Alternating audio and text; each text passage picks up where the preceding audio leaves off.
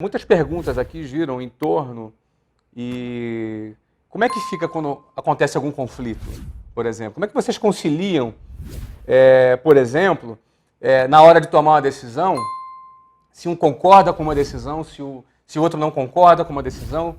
As pessoas querem saber como é que a gente lida com isso. Eu acho que a gente conversa até chegar à conclusão. Eu não me lembro de nenhuma situação que você tenha seguido em frente ou eu que a gente não tenha acordado, mesmo que um ceda, a gente chega a alguma conclusão. O melhor, qual é o melhor?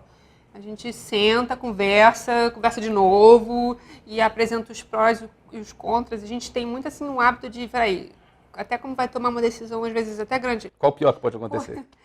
Eles conhecem essa história da Venezuela, eles conhecem. Já? Então tá. Então a gente senta, qual o pior pode acontecer, o que tem de vantagens, de desvantagens.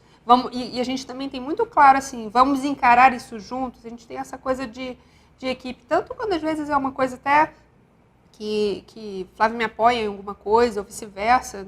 A gente tem muito claro que se deu certo ou deu errado, é dos dois, e os dois estão encarando os resultados, as consequências, né?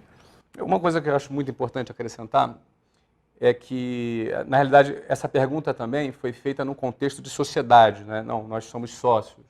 Não é? Uma coisa muito importante que eu considero que não vale apenas para uma relação marido e mulher, mas vale para qualquer sociedade, é que sócio não é cargo. Uma empresa, ela é gerida por executivos, ela não é gerida por acionistas. O acionista é o cara que investiu dinheiro e ele tem um retorno financeiro da empresa. O executivo é o cara que trabalha. Por acaso, nós somos acionistas e, por acaso, nós também somos executivos. Como executivos, ela tem um papel dela e eu tenho o meu papel. O papel dela é diretora executiva do Homens Group, um cargo super importante, onde a principal função é cuidar de toda a parte financeira do grupo. Ou seja, uma responsabilidade muito grande. Desde quando nós éramos uma única escolinha, a Luciana cuidava da parte financeira, até hoje, um grupo tendo se tornado algo gigante, como se tornou, ela é a principal executiva que encabeça essa área. Dentre outras tarefas da diretoria executiva, a principal delas é a parte financeira. O meu papel como executivo é de CEO, eu sou o presidente da empresa, eu sou o CEO da empresa. Ou seja, eu sou o chefe da Luciana. Ela responde o trabalho dela para o CEO, que por acaso sou eu, poderia ser outra pessoa, não é? Por acaso sou eu. Como CEO da empresa, eu tenho uma forma de tocar, uma forma de dirigir a empresa, não é? E ela, como diretora executiva, a mesma coisa. Dentro dessa perspectiva, isso não acontece só com a Luciana, que é minha mulher, mas eu tenho outros executivos, outros diretores comerciais, operacionais, marketing, enfim, RH, tem outros executivos nas outras áreas que essas pessoas também lidam comigo. E a relação é a mesma. É óbvio que numa situação de impasse, o CEO tem a última palavra, como toda empresa.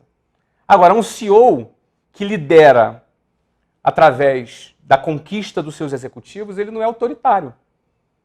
Todos sabem que é a última palavra do CEO. Mas o CEO inteligente é aquele que faz questão de ouvir a visão e a palavra também dos seus executivos. E não é diferente com a Luciana.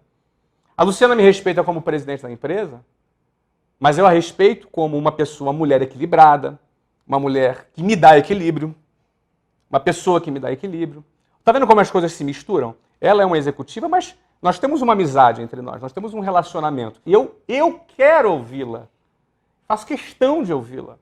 Ela sabe bem que a palavra dela, a opinião dela tem muito valor para mim. Agora, isso ela conquistou também. Não é? Se fosse aquela mulher cheia de mimimi, cara, o marido se afasta, entendeu? E se fosse aquele marido também autoritário, não, que eu sou presidente, a mulher também se afasta.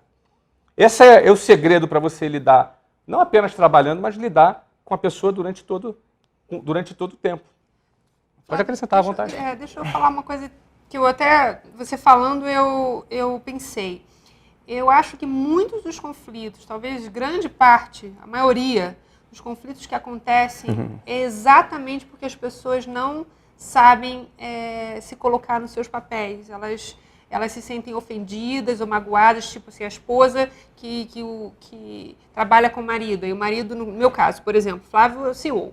E aí eu venho apresentar um projeto e ele fala, não, a gente não vai fazer dessa maneira porque não é momento. E ele decidiu que não.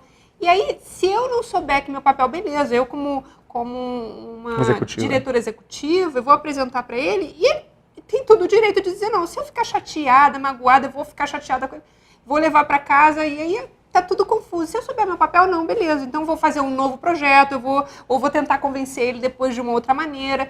E isso também acontece em casa. Muitas vezes as pessoas também confundem os papéis, acham que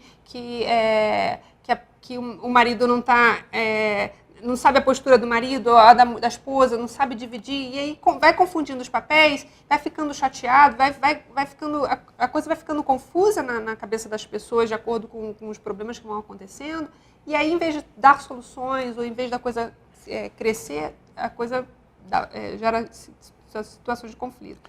Tem uma pergunta interessante. Brigas ocorridas em casa interferem no trabalho? A gente tem uma maneira de lidar com isso muito interessante. Nós não dormimos sem resolver um problema. Isso é um combinado nosso. Acontece, às vezes, algum desentendimento entre nós? Acontece. Não é uma coisa corriqueira, não acontece toda hora, mas acontece. Algumas vezes já aconteceu em nossa vida da gente ter desentendimento, ter ficado chateado um com o outro, ter sido áspero na maneira de falar e vice-versa. Já aconteceu. Acredito que aconteça com qualquer casal. Agora, nós temos um pacto, nós temos um combinado. A gente não dorme sem resolver o problema. Não importa a hora que esse problema vai ficar resolvido. Se é 4 da manhã, se é 5, a gente não dorme sem um problema resolvido. Isso tem ajudado bastante, né? Com certeza. É bem interessante, porque, assim, posso falar por mim, o Flávio, ele trabalha melhor isso do que eu. Às vezes eu tenho balanço, assim, de vontade, tá bom, vamos dormir, tá bom, vamos resolver. Esse é o meu papel. E ele assumiu esse papel, assim, ele é bem convicto. Eu sou convicta também, mas ele nessa Eu sou mais. Quando eu tô chateada, acho que a convicção dele é maior. Ele não desiste de mim nunca, porque depois que quando fica tudo bem, eu sempre agradeço ele e falo, obrigada por você não ter desistido, de você ter mantido a palavra de só dormir depois que a gente resolvesse. Então, vale sempre a pena. Eu acredito que isso ajude bastante, porque tem gente que fica barrigando o problema, depois esquece. Olha, cara, isso acumula e acaba virando uma bomba depois. Não é? Isso eu não sei, é o nosso jeito, não é uma fórmula. Mas eu não consigo enxergar uma outra forma de um casal conseguir ficar 19, 20, 40 anos juntos se eles não resolverem os seus problemas. Se eles não resolverem. Aliás, uma coisa ruim num relacionamento é orgulho. O orgulho é uma coisa muito negativa num relacionamento, porque o orgulho, sempre, quando há um desentendimento, alguém tem que ceder, alguém tem que admitir que errou, que falhou. Não é? Às vezes um tem que... Por exemplo, esse é o papel. Quando eventualmente a gente se desentende, o meu papel é a gente conciliar, é buscar conciliação. Então a minha resposta para a pergunta aqui é se a gente leva problema para o trabalho. Não, os problemas são solucionados em casa, né? Em tempo real, no mesmo dia. Não passamos do dia sem o problema tá resolvido. É assim que a gente tem levado a nossa vida.